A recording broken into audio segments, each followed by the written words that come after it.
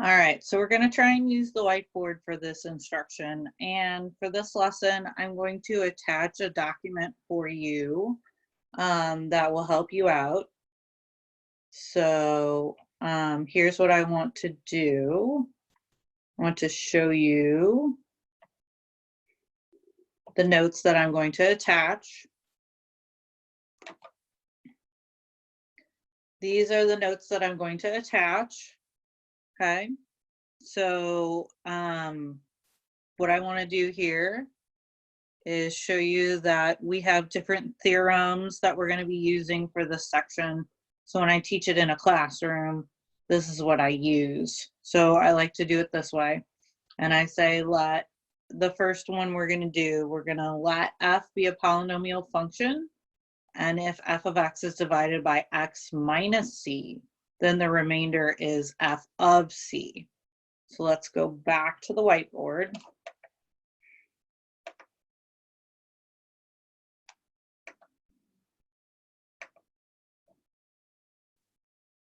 Let's see if it'll go back to the whiteboard on this one. Nope. Let's go back to the other one.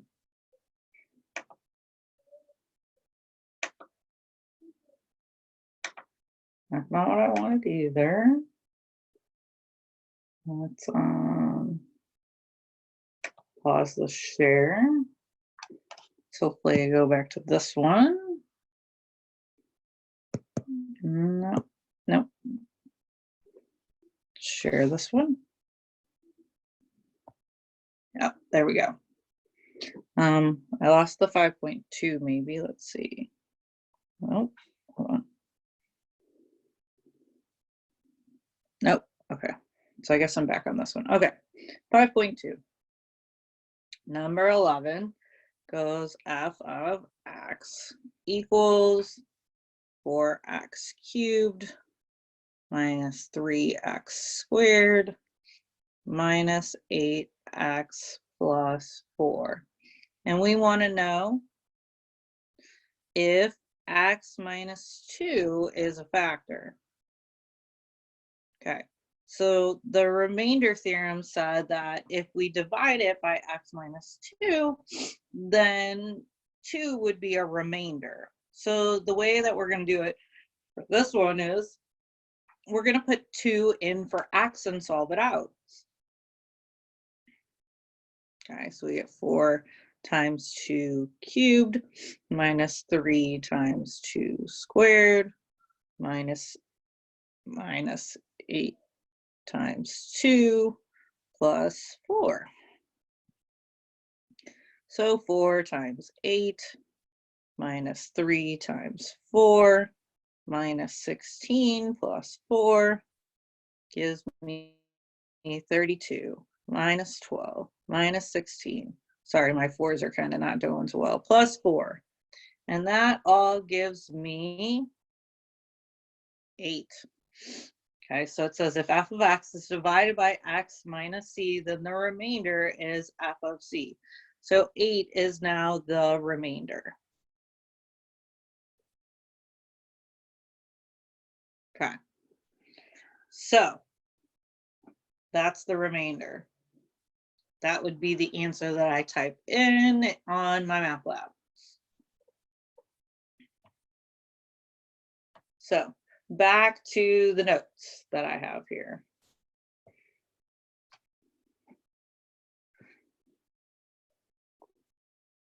So what I want to do here is I want to do the factor theorem. So it says if I get 0 out as the remainder, then x minus c is a factor. And then vice versa. If x minus c is a factor of f of x, then I would get the remainder is 0. So they go back and forth. So let's go back to the other screen here.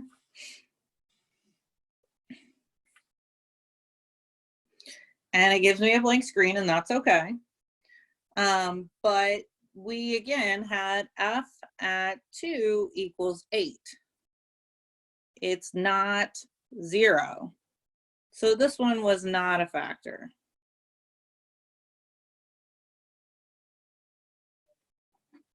Okay, so I would again have to have gotten f at 2 equal to 0 for it to be a factor, but I did not. So it's not a factor. All right, so to the next problem. I'm going to go to a blank whiteboard. And here's what the problem reads. 33. F of x equals 3x to the 4th minus 3x to the 3rd plus x squared minus x plus 1. Okay, and it says determine the max number of zeros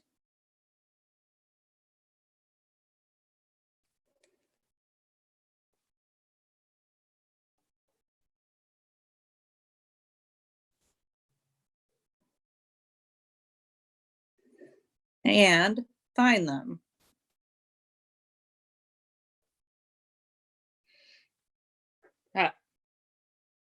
Oh, and then list them. Sorry. Let me erase.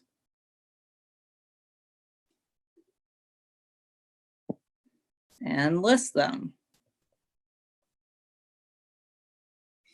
Okay, so the maximum number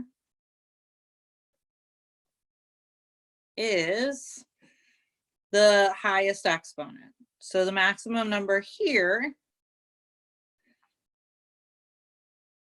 is going to be 4.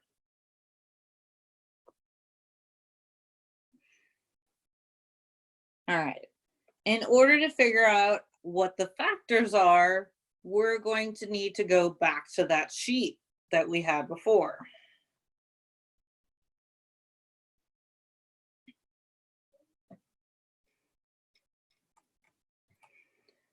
And this one says a polynomial function can't have more real zeros than its degree.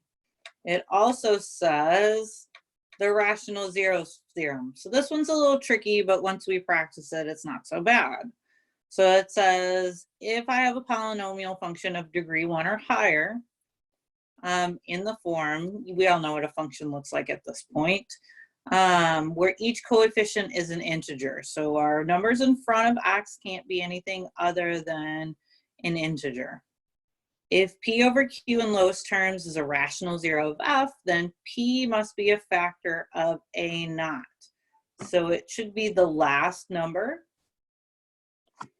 and q should be the first coefficient. So we'll look at that with our problem.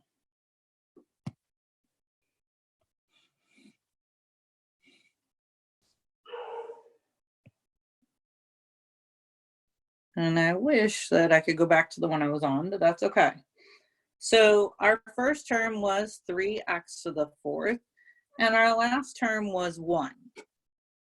Okay, so p goes with the last one, so p factors. So p can be 1 or it could be -1, so we put plus minus 1. And the q factors are going to be the factors of 3. So we get plus minus 1 and we get plus minus 3. And then we need to figure out p over q.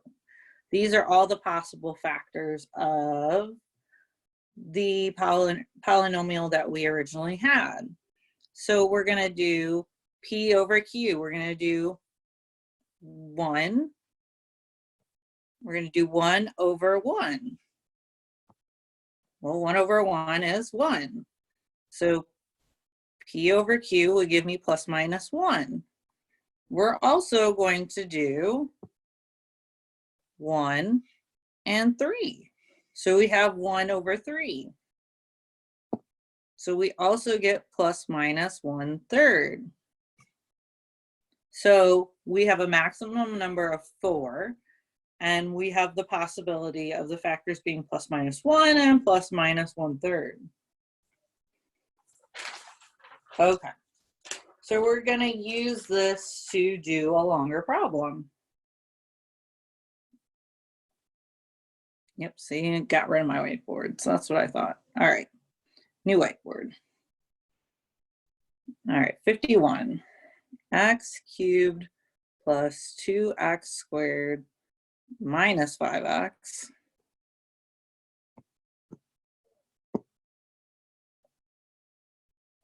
minus 6. We're going to find the real zeros of f.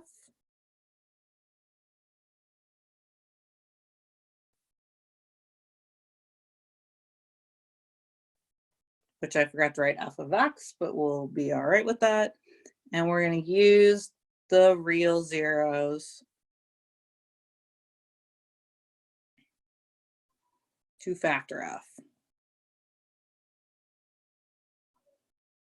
Okay, so first thing we want to do, step 1, we want to figure out how many real zeros there could be. So at most, we have 3 real zeros. Again, we're going to just take a look at the highest exponent right here. There can be as many as 3. Step 2 is to look at the potential zeros.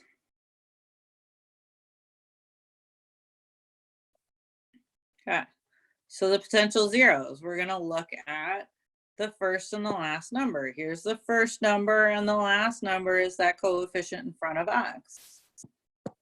All right, so P, I can have plus minus 1, plus minus 2, plus minus 3, and plus minus 6.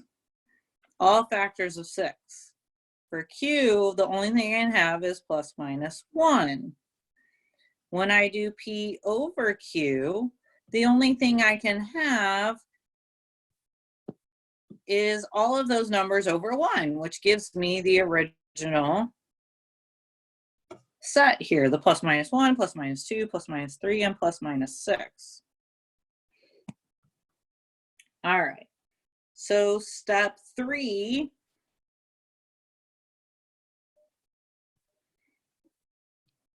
is to look at it on the calculator. So look at the graph on the calculator. All right, so I'm going to switch over and go to Desmos. So let me do that here. Let's see if I can do it on this one. Nope, not what I wanted to do.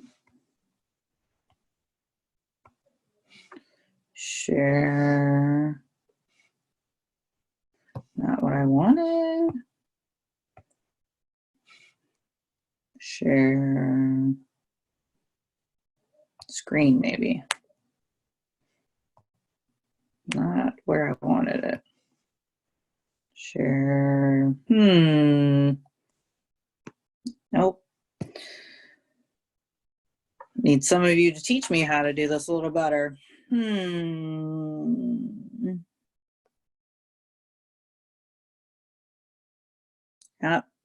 You know what?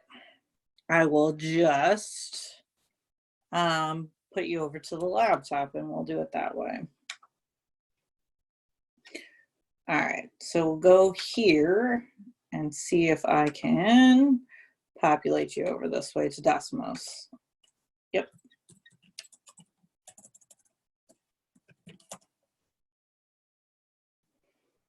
Okay, so we're gonna look at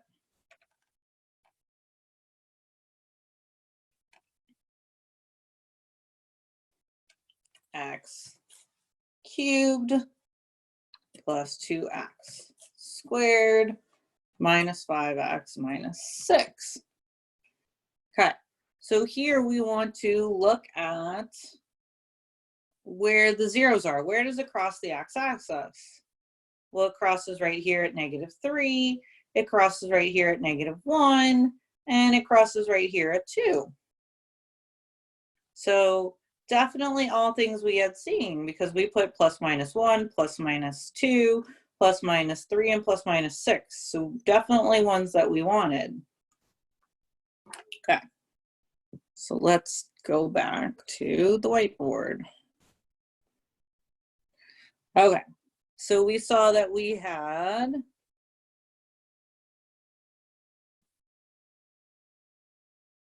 -3, -1, and 2.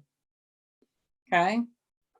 So I want to do one thing, and we want to use synthetic division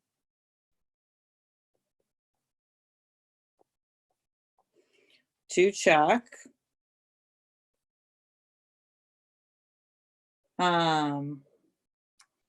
the factors. So we're going to pick one of the factors. I highly recommend with synthetic to use a positive factor to put in the box. It makes life easier. So let's talk about synthetic division. So we're going to put 2 in the box, and then we're going to take the coefficients of our polynomial. So we had a x cubed, so we get a 1 for the coefficient. We write that down. We had a 2x squared, so we're going to put a 2.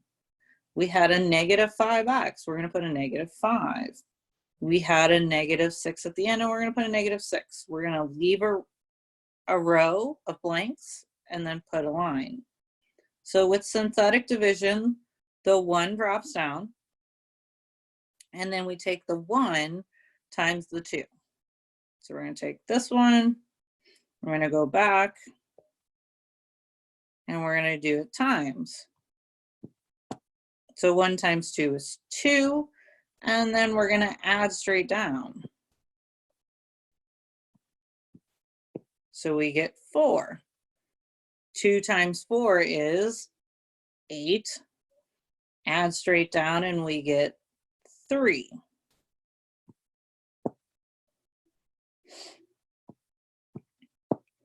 Two times 3 is 6, and we get 0 straight down. So remember, 0 means factor.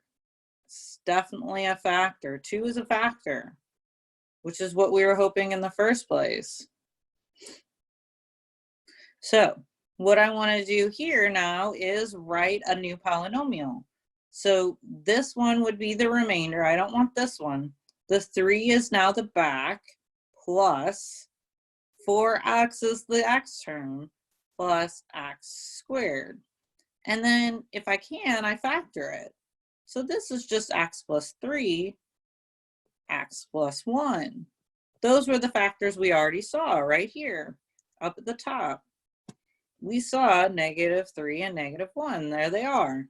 Perfect. That's exactly what we wanted.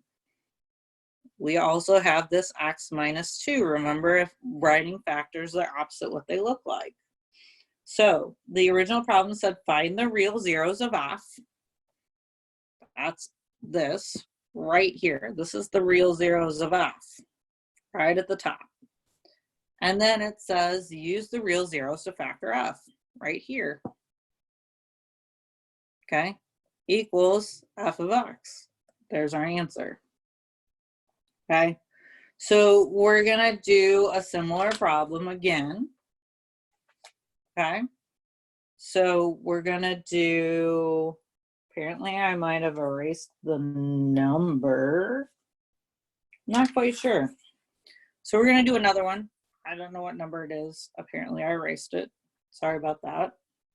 So it asks us to find the real solutions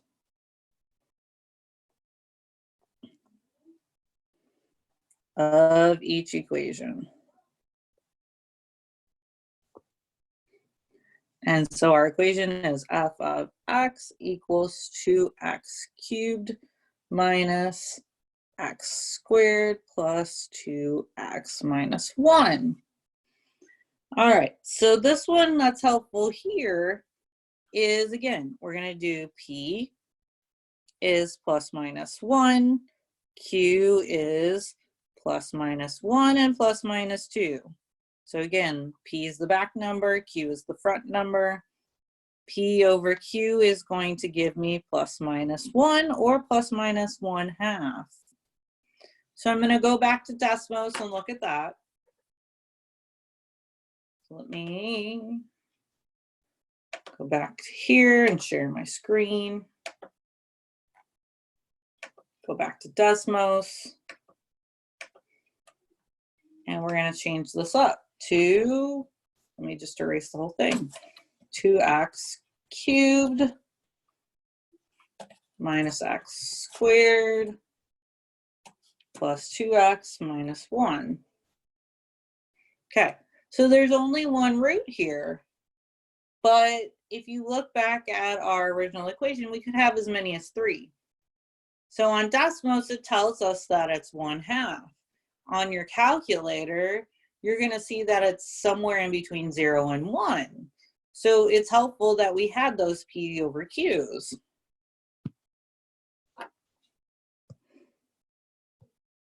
Okay, so we know that our root is 1/2. We're going to put 1/2 in the box for synthetic.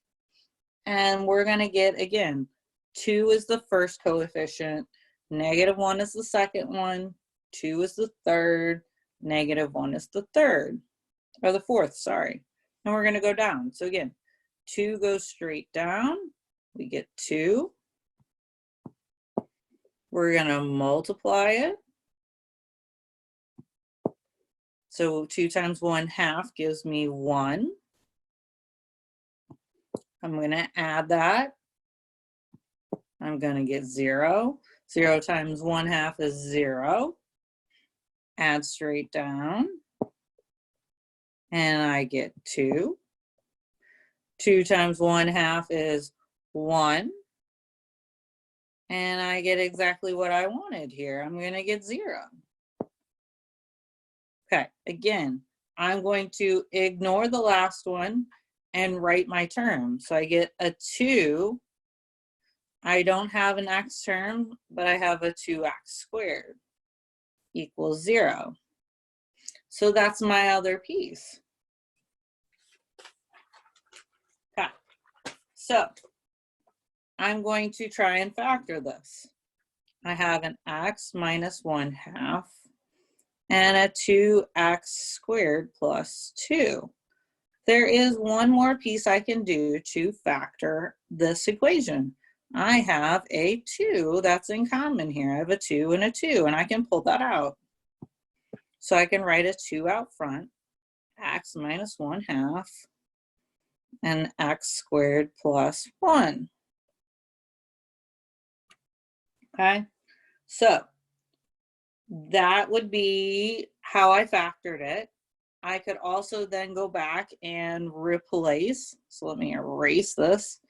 If it asked me to write it as a factor, I would change this to f of x. If it asked me for the real zeros, I only have 1. I have that 1/2. This x squared plus 1 equals 0 is actually going to give me x squared equals -1. Well, when I take the square root, I get x equals plus minus I. I get imaginary numbers. So obviously we don't want that. Okay. All right. So one more thing that we want to do, a whiteboard. And I will show you the notes page one more time. Share screen.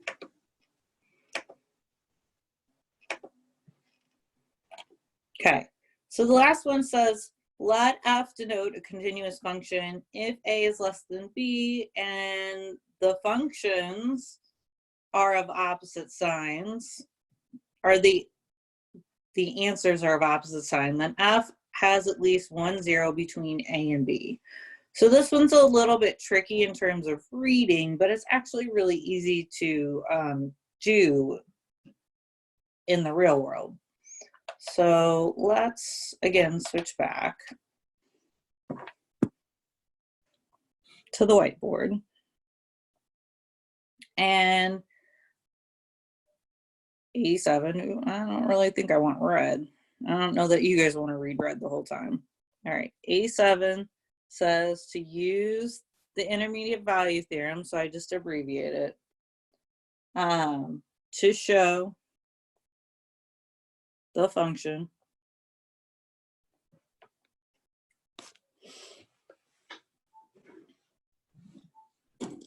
has a 0.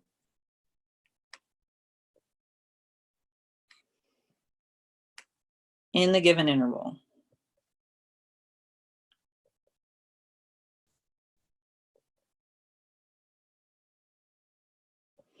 And approximate to 2 decimal places.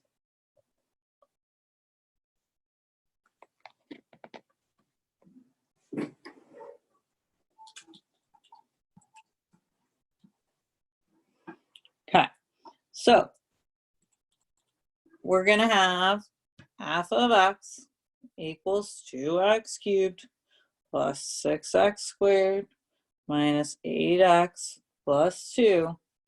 And it gives you an interval in interval notation, -5 to -4. Okay, so what you want to do to find out if there is a 0 in the given interval is to plug in -5 into the function. If you plug -5 into the function, I recommend to put it in your calculator into your y1. Okay, well, I'll show you how to do it on Desmos in a minute. But you should get -58. And then we would put -4 in and we get 2. Well, if these two are of opposite signs, so we get a definite, one's positive and one's negative, this one's positive, that one's negative, then there's a 0 in between those two, okay? They want you to then go into your calculator and find it. So what I do on my calculator is I go to table set, and I do it at 0.01. And I start at the lower number at -5. And I then page down under the data. I don't think it's data. It's table, sorry. Not table. Where's my calculator? There it is. It is table. Under table.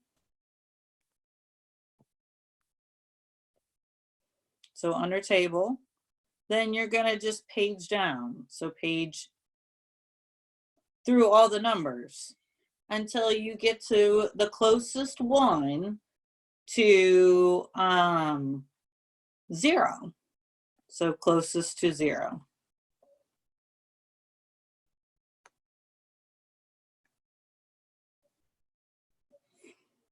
Okay, so let's see if I can do it on Desmos. I've never tried. So let's find out.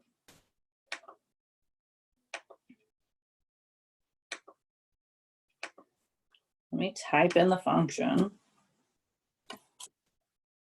2x cubed plus 6x squared minus 8x plus 2. All right, so again, we wanted to know if there was a 0 in between -5 and -4, and visually we can see that. So I'm going to zoom in.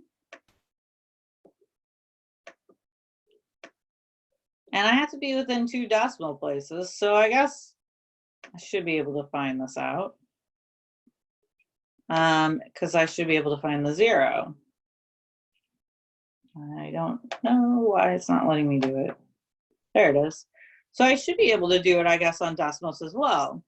So on the graphing calculator, I told you how to do that, where you kind of just page through it.